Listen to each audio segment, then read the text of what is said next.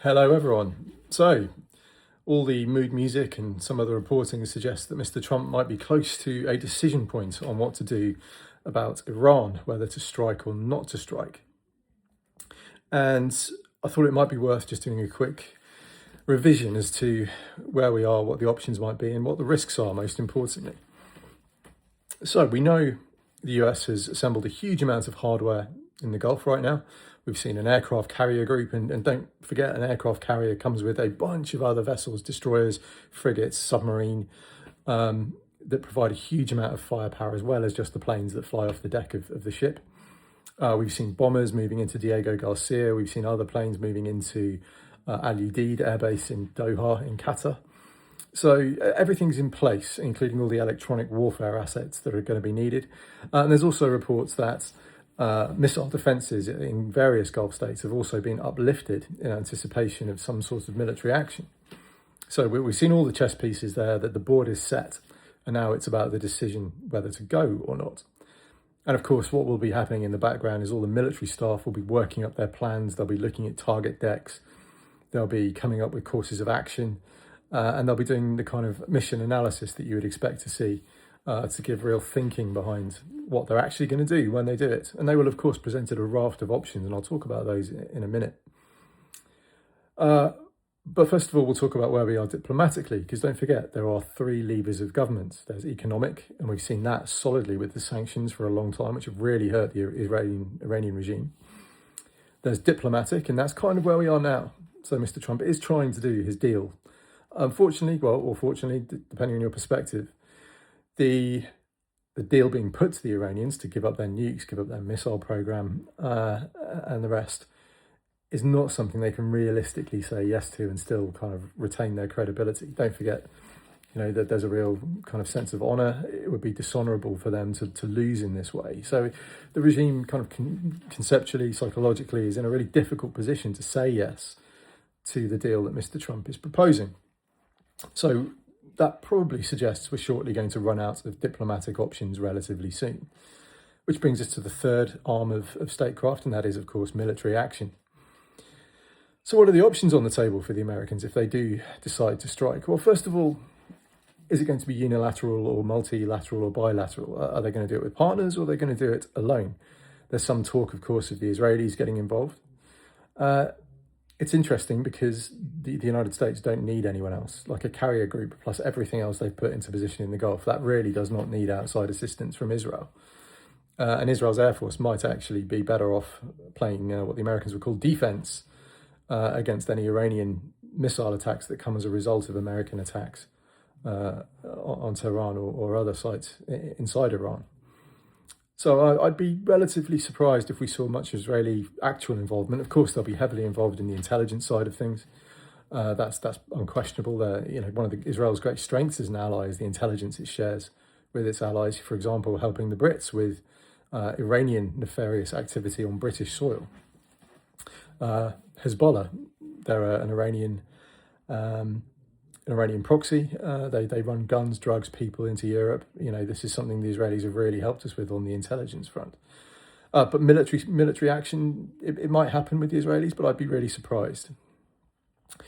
I'd also be very surprised if any NATO countries took part other than helping to defend Israel. Although, of course, we have intelligence assets in Cyprus.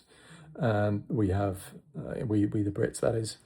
And there are all the other allied intelligence that will come to bear as and when. But certainly, physical military perspective, I'd be surprised if we saw anyone from wider NATO taking part in this operation. But I mentioned Hezbollah.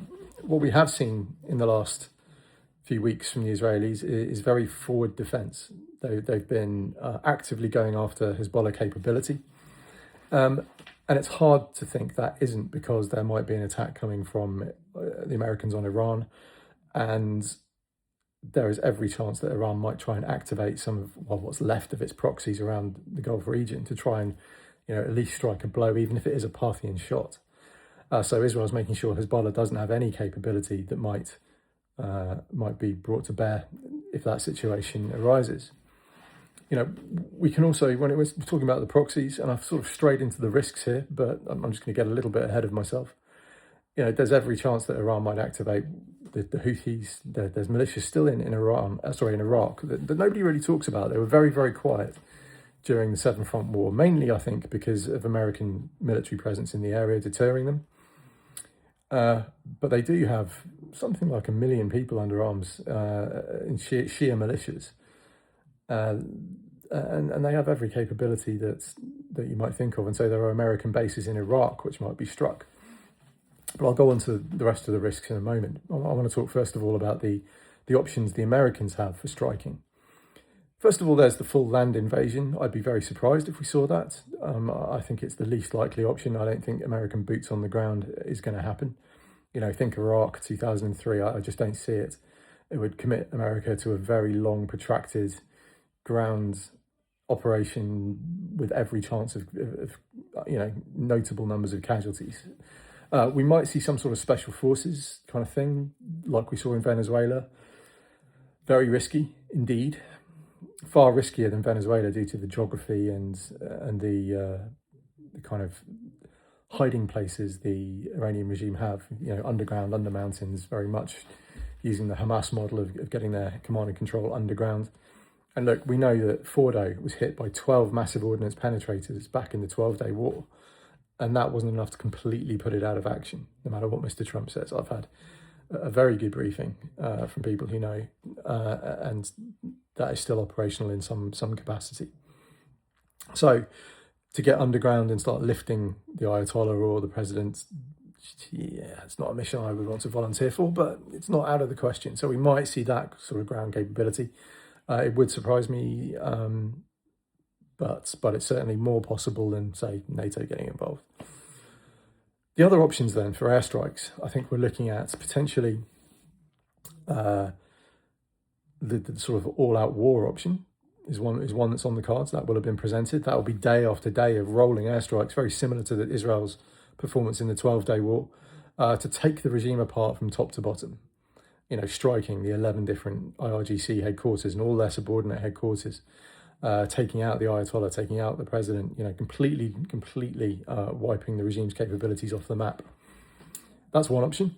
The next option is some sort of punitive raid. So maybe striking those IRGC or Basij commanders who were most responsible for the massacre of civilians during the riots and the protests. That is more plausible, I think. It would make a lot of sense. It would tally up, marry up with Mr. Trump's messaging about help is coming and now you're not alone. Now we can talk about that. And I've made my feelings pretty clear as to Mr. Trump's irresponsibility in promising aid when he wasn't ready to give aid, but that's by the by. Punishment strikes against those people would be logical and it would send the right message, I think. Or option 3 that I can see really is going for just a decapitation of the regime, almost similar again to Venezuela, just taking out the top guy or guys and then seeing what comes in behind. Maybe it's somebody that's in a better position or more likely to do a deal. Now, depending on who it is, that might well not be the case. It could even be an IRGC hardliner who's even worse than the Ayatollah. So there's real risk there when it comes to when you take out the leadership, what comes next. And that really is the big question. If we go for regime change, if the regime falls completely, what comes next? And that's harder to kind of massage than you might think. I mean, if we look at Libya, we took out Gaddafi. That was French, America, British. What came next was chaos and the country splitting in two. Now, the reason that happened is because that was a minority tribe ruling over a very divided majority. Iran has, yes, a very disparate population, a very diverse population, but they have something over Libya and also Iraq. And that is that they have been a country for a very long time, probably one of the oldest countries in the world, I believe. And that means that those diverse communities have been living together for a very long time, and there aren't those underlying ethnic tensions that are held together by a strong man at the top. So it's not, you have to be very careful comparing historical war zones because they all have different factors and you have to learn the right lesson. So one of the good lessons here might be that Iran has a much better chance of having a peaceful transition because of its long history as Persia that goes back millennia. So those are the 3 options.